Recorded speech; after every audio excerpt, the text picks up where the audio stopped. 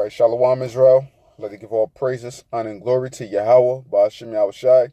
Double honors to the apostles and the elders of Great Millstone, and Shalawam to elect out there doing this work of faith and live with love and true sincerity. Right now, I want to get into a quick topic, pretty much a response to the Apostle Ricard and the brother Taza Warrior's video from Baltimore, and it was entitled "In the midst of all the chaos, the elect will keep their composure." And I just want to get into certain aspects of it, recognizing and thinking why the elect will be able to keep their composure, and, just thinking at a topic, and just thinking of the times at hand, we have to be able to foresee these things. We have to be able to place ourselves, in a mind frame of going through those situations of how we think it'll be. Now we try to do that. We don't actually know how it's going to be when we're physically in the situation, but we do that to prepare our minds, for the things that's to come, for the things that are at hand, because we know that it's right in front of us. You know what I'm saying? So, just getting into it, and also too, we know first and foremost that, the elect is going to be able to keep their composure, going to be able to struggle and strive through it, first and foremost because the Lord is going to be with them. You know what I'm saying? So, getting into it, this is, I started Proverbs 3:19. The Lord by his wisdom hath founded the earth. By understanding hath he established the heavens. By his knowledge the depths are broken up, and the clouds drop down the dew. My son, let them not depart from thine eyes, and keep sound wisdom and discretion. So shall they be life unto thy soul, and grace unto thy neck. And the word grace here in my Bible on the side, it says favor. So it says, pretty much by the Lord's wisdom, and if you keep the Lord's wisdom with you, which is these scriptures, they shall be favor unto your neck. So the Lord is going to give you that covering when that time comes, And it says, verse 23, then shalt thou walk in thy way safely, and thy foot shall not stumble. Okay, that's the only way, we know that we're going to be safe is through the knowledge, wisdom, and understanding of YAHAWASHI, and it being embedded in our minds, when that time comes, that we don't panic, we're not in a state of distress, you know what I'm saying? We're not thinking, oh, what am I going to do? Like the average 2/3 out here, because it's the Lord's word that comfort our mind, and us knowing, the prize that awaits us, which is the kingdom, if we make it through. Okay. So I read that again. It says, then shalt thou walk in thy way safely, and thy foot shall not stumble. When thou liest down, thou shalt not be afraid. Yea, thou shalt lie down, and thy sleep shall be sweet. Be not afraid of sudden fear, neither of the desolation of the wicked when it cometh. For the Lord shall be thy confidence, and shall keep thy foot from being taken. Okay, so, we know in the scriptures too, it says that all men shall be afraid, but the elect is not going to have the same type of fear upon them as 2/3 is going to have fear upon them, man. They're going to have complete, utter fear and dread, man, because they don't know what's going to come next. But us in the spirit, we're expecting for this devil to do all types of things to us. You know what I'm saying? We're expecting the torture to come because we know it. We look at the times of old and see how things were done. They might not happen unto us, but we just have to expect those things that, how they say, expect the unexpected. The Lord can make it a way for you to not to have to go through torture, or for you not to have to see, your children's head being chopped off, or your family being put in front of the firing squad, But we want to think about these things. We want to dwell on these things. That way we prepare from all angles, man. That's truly being circumspect. When we be circumspect, we got to be circumspect in all things. Of course, the signs of the times, ourselves, and, the times that's approaching us, and how Esau might try to come to try to hinder our mindset. Because we got to remember that, Satan, he knows our weaknesses. So he's going to know what to try to do when that time comes to try to get at you, or what's going to hurt you the most, you know, to try to get into your feelings and emotions. But that's when you got to have that spiritual block up, that spiritual wall up, like you're not letting nothing come through. You're not going to let nothing deter your mind from what you have at hand, which is salvation, man, you know. So I'll read that again. It says, be not afraid of sudden fear, neither of the desolation of the wicked when it cometh. And it says sudden fear, you know, because when that time comes, even though we're expecting it, it's going to happen in an instant, man. It's going to happen in the blink of an eye, you know.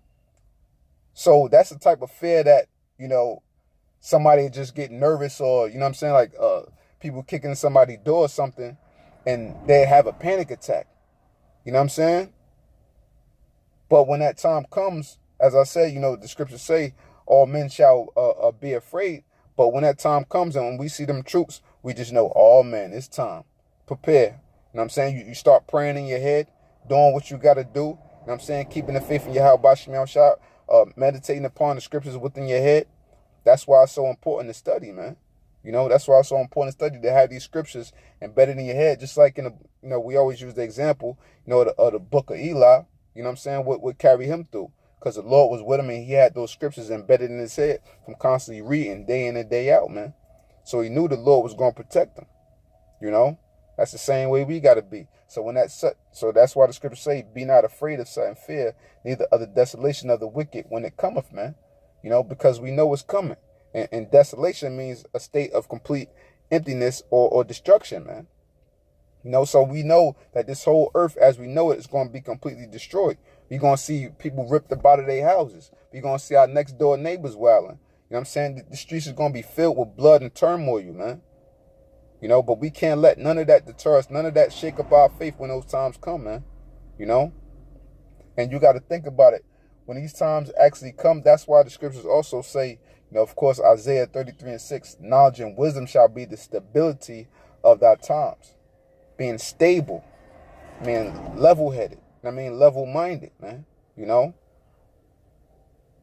if you stable, you know, you're not wobbling, you're not shaking, you're not moving to and fro, you're not winnowing with every wind. You know, you're not going to be having those heavy doubts in your head that the Lord not going to deliver you. You're going to be on the even keel, man, because the Lord is going to keep your mind there, man. And we got to trust in that. If you don't trust in that, the Lord won't do it. The Lord won't have you in the right mindset. And then you're going to wind up, you know what I'm saying, selling out for your family, man. You might wind up taking a chip for your family. You know, your mind has to be level-headed within that time. But the Lord is going to control all of that, man. But it's, you know what I'm saying, it's up to him. But we got to constantly, you know, stay in the spirit as much as possible, praying to the Lord. And when that time comes, you know what I'm saying, just, hey, we got to embrace it, man. Embrace it for what it is. We know we came into the truth, you know, for a reason. We know we have to suffer and to enter into that kingdom. So that's going to be the ultimate time for us to gird up our loins as men, you know. Yeah, read that one more time in the verse 26. Be not afraid of sudden fear, neither of the desolation of the wicked when it cometh. For the Lord shall be thy confidence and shall keep thy foot from being taken. So the Lord is going to be our confidence, man. You know, also in the Apocrypha, it says, let me see if I can try to find it real quick. If I can't, then I'll just quote it. But I'm trying to get away from quoting so much. Salakia, one second. I believe it's...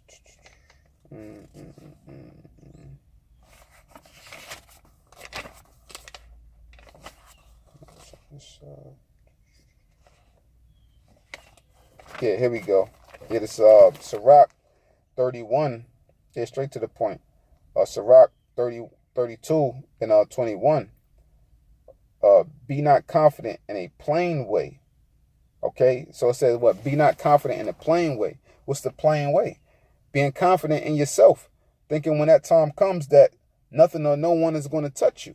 You know, like talking to some Edomites and, you know what I'm saying, stuff on the job like that. You know, they say when that time comes, oh, I ain't worried about nothing. I got my rifle. Ain't nobody running up in here. Or they say, oh, black people love me. No race war. I'm not worried about black people running up in my house. You know what I'm saying? they're being confident in a plain way, which is being confident within themselves. You know, we don't hold no confidence within ourselves, man. We weak, we fragile. You know, what strength do we really have? We're feeble in this world, man. Without the law, statutes, and commandments, the knowledge and wisdom and understanding of YAHAWASHI, we're feeble, man. So this is our confidence. The Lord is our confidence. The Lord is our God, man, to get us through all things. You know, we can't be having that mindset of how these other people are going to be, man. You know? And real quick, this is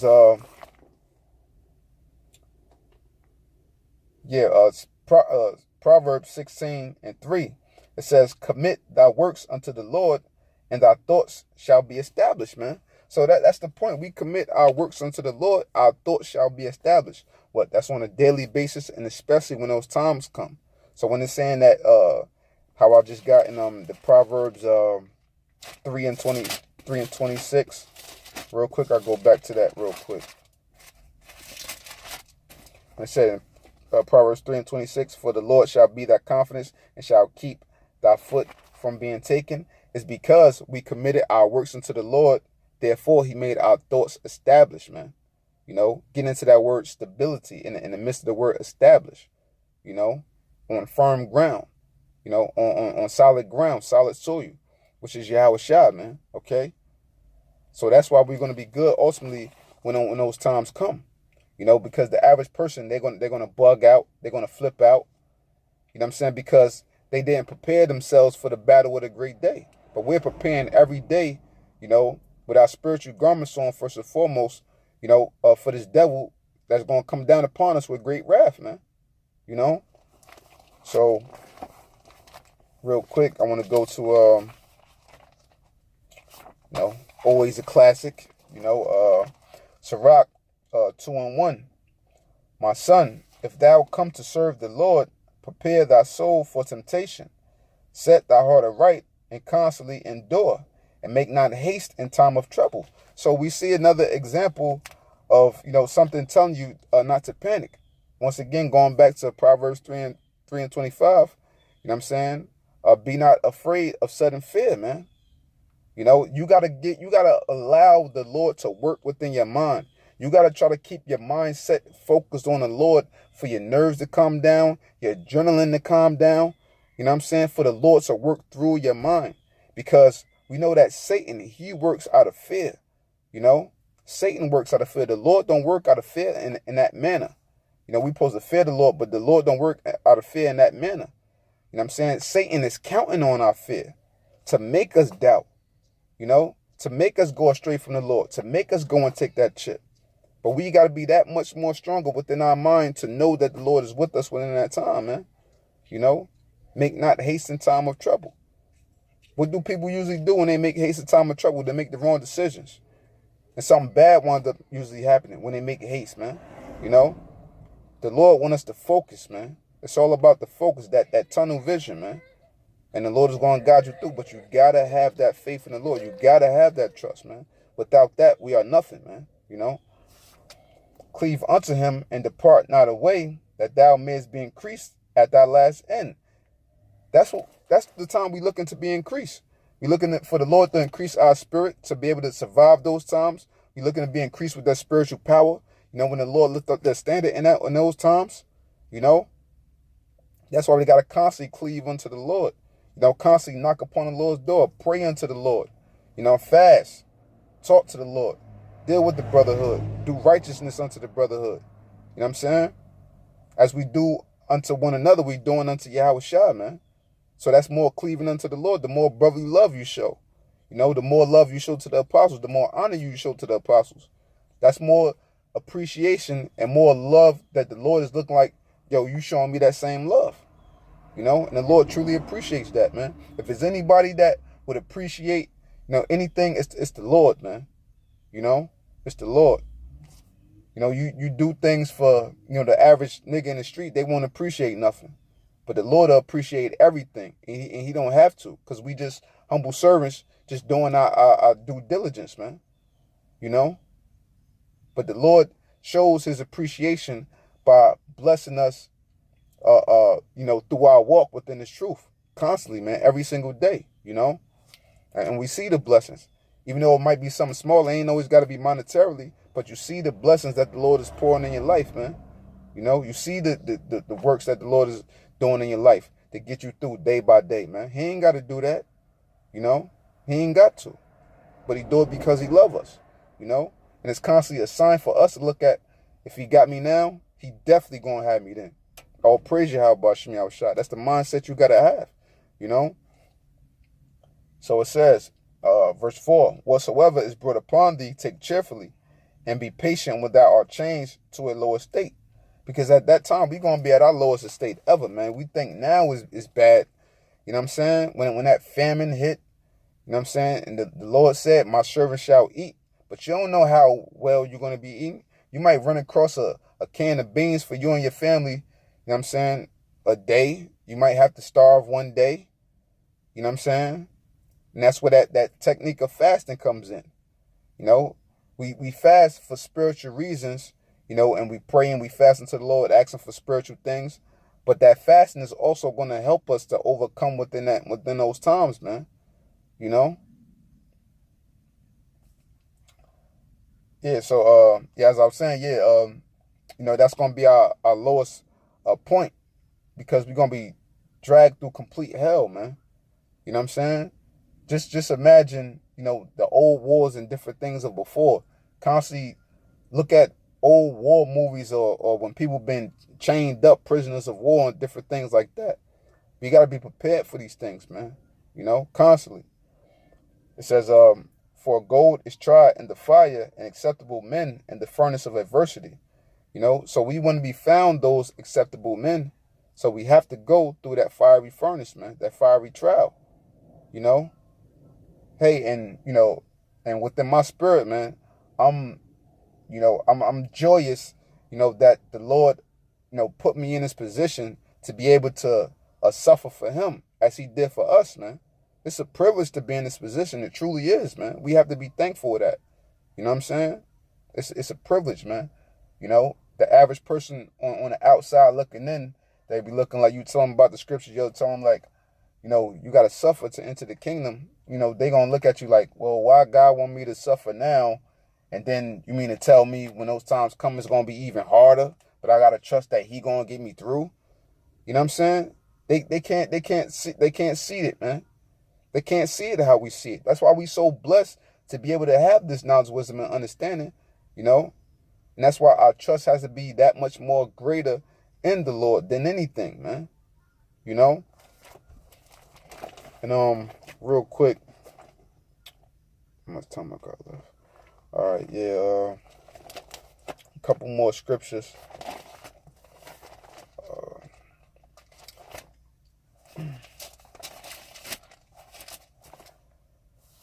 This is 2 Timothy 1:7. For the Most High have not given us the spirit of fear, but of power and of love and of a sound mind. Okay? So it's Satan that works out of that fear. You know, it's Satan that works out of that fear, but the Lord gave us power, man. When you have power, you have complete control over yourself. You know, the scriptures talk about better is it to rule thy spirit, you know, matter of fact, let me get it real quick. Messing stuff up, quoting it. It's one of my favorite precepts. Proverbs 16. Slovakia. Yes, Proverbs 16:32. He that is slow to anger is better than the mighty, and he that ruleth his spirit than he that taketh a city. Because if you know how to rule your spirit, you truly have power, man. You know how you rule your spirit, you truly have power. But that power comes from the Lord, allowing, you know, the scriptures and everything to resonate within our minds to keep us at a calmer state, man. You know, we have power because we don't act out of stupidity. We have power because we don't act as the normal 2/3 do, you know, getting all extra excited, you know what I'm saying? And want to tear down the city, you know, when Esau shoot down another Jake in the streets, man. You know what I'm saying? We have power because we know how to keep our composure. And we waiting on our Lord, our big brother YAHAWASHI to come back, man. You know? A real person, a real man of the Lord knows when, knows how to keep that composure. You know what I'm saying? And in general, a real man knows when it's the right time for vengeance. You know, and we know that the time for vengeance is when the Lord comes back. You know what I'm saying? Because he wants the vengeance himself. It's not us, you know, within our own hands to take vengeance upon, you know what I'm saying, the people, man. And do different things. Damn, Satan. You know? So, it's a lot. Fucking sick. But, yeah, I'll read that one more time. Verse 7. For the Most High have not given us the spirit of fear, but of power and of love and of a sound mind. And real quick, I wrote it down from the blue letter, and it's the word sound is the Greek word samphronamos, and it says an admonishing or calling to soundness of mind, to moderation and self-control. Moderation and composure, the definition is the state or feeling of being calm and in control of oneself, man. And that gets into, you know, dealing with your nerves and all of that, man. You know what I'm saying? Knowing how to control oneself. You know, a person that just get angry within an instant, you know what I'm saying, their nerves is all out of whack. You know what I'm saying? We got to know how to, within that time, to truly allow the Lord to rest within our minds. That way we be calm, and that way we have the power of the Lord, YAHAWASHI, resting upon us, man. You know? And through that, you know what I'm saying, we can overcome everything, man. You know, because we know what's at hand, and we know what's in store for us. You know what I'm saying? So, as these times approaching, we got to constantly meditate upon these things, and you know what I'm saying, just pray for more strength. Day after day, pray for strength, man. You know?